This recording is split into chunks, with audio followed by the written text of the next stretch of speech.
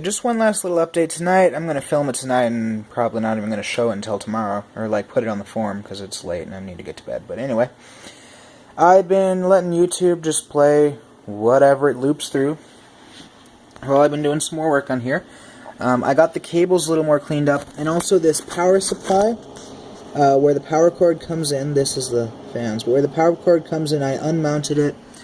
Kind of chopped off some little extra pieces to get it ready to be put on the board.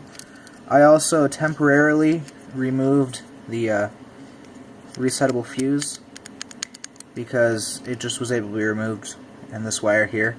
I will put it back in before I'm done. It's just I wanted it to work right now without having two exposed terminals just floating around, because I needed that to be a bit smaller. But as you can see, basically it fits two 120mm fans and a 90mm.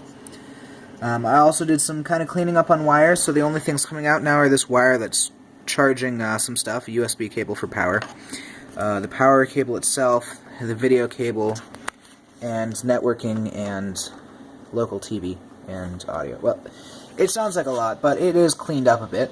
I also have the router is actually running now, so my network is coming in from my server rack in this gray cable into the router, which is just effectively acting as a switch, and then coming out that blue cable, which is just the perfect length to reach around to the Xbox. I did pop the back panel off to do some of this. I also have the IR duplicator working now. So as you can see right here, if I take a remote like this Xbox remote and just kind of point it, that flashing blue is it repeating the IR signal in a visible light.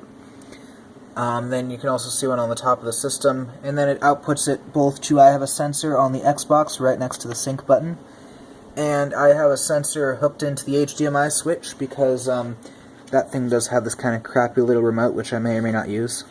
But yeah, but like you can see that it works too, so that's wired in now. Of course this is going to get mounted to the front panel before I'm done. Yeah, so I got cords cleaned up, I did that, and yeah, so it's really nice and coming along. I am going to completely disassemble this, I'm going to most likely completely disassemble this before I get it put together for the final time, because like I said, I still need to trim a little bit off of that board, and a few little tweaks here and there, but for the most part we're looking pretty good. So yeah, so basically I added the IR sensor to the thingy here, then I added the wire that connected the sensors to the box, and the wire that connected the box to the other thing. And got the router up and running, and some wire cleanup, and chopped up that a little bit, but yeah, so that's what happens. Yep, follow on the forum, subscribe on the YouTubes to get updates, and thanks for watching.